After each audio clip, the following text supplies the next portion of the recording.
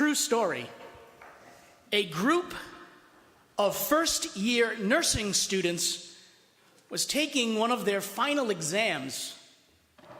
The professor had administered the exam. They were taking their exam, answering their questions, and for the most part, they did rather well, except when they got to the final question.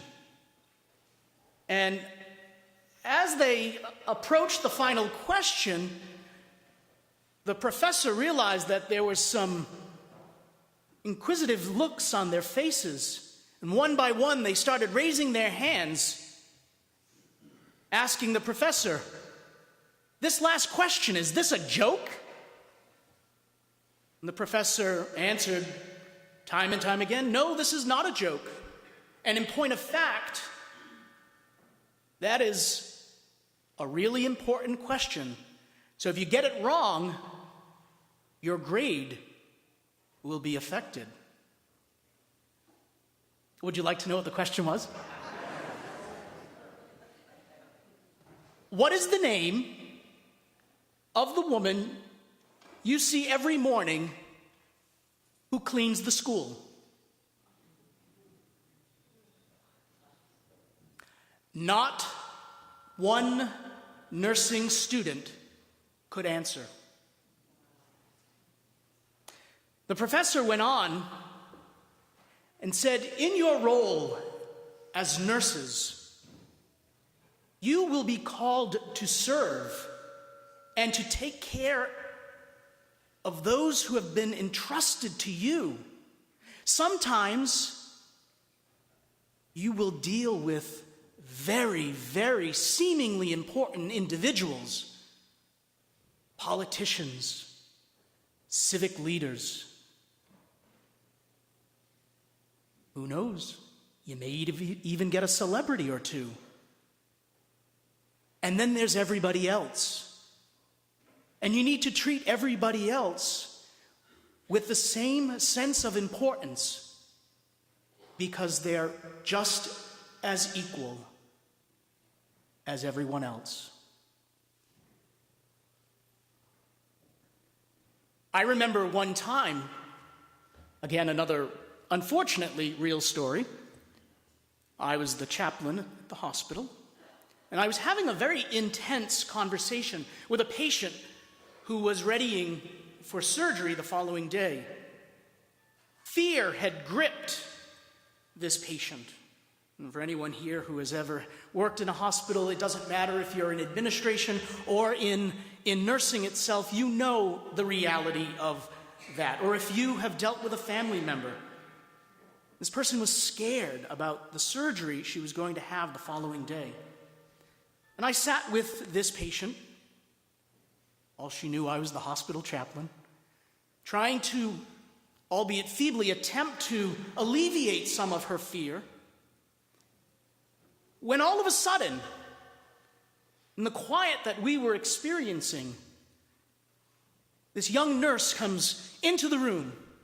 And no, this is not pick on the nurse day, don't worry.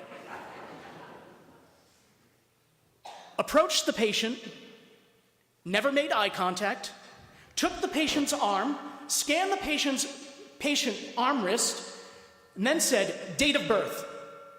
Turned to her computer, and I'm looking at this saying, "You gotta be kidding me."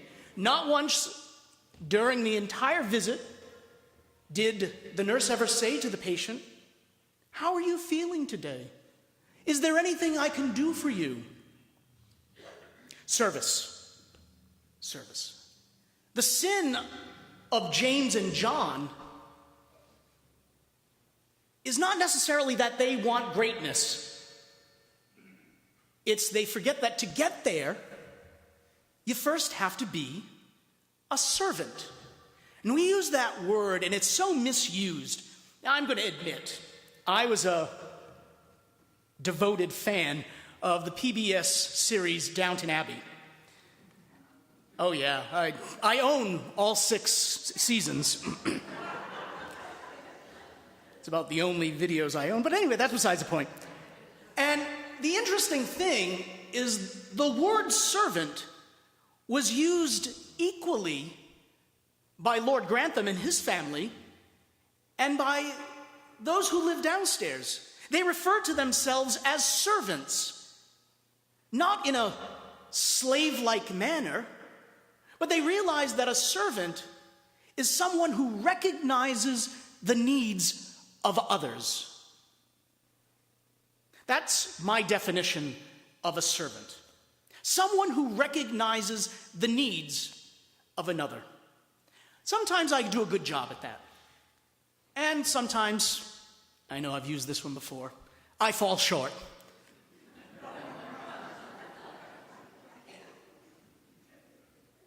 But just as an example of what I'm trying to express, this morning I came into church around 7:30 to unlock, to set up, and the first thing I noticed are turkey tags. We are called to serve those who are in need. Our social concerns ministry, our St. Vincent de Paul Society. When we help them to help others, we are recognizing what it means to be a servant. Sometimes to be a servant requires great strength on our part. Sometimes to be a true servant, we don't even want to give or go that extra mile. Jesus doesn't want us to be enslaved or in slavery, but he wants us to recognize that to be a servant truly means to be a disciple, recognizing the importance of not just a particular few, but of everyone. We are called and have been invited to be servants. And yes, that is not an easy task. And the Lord knows that.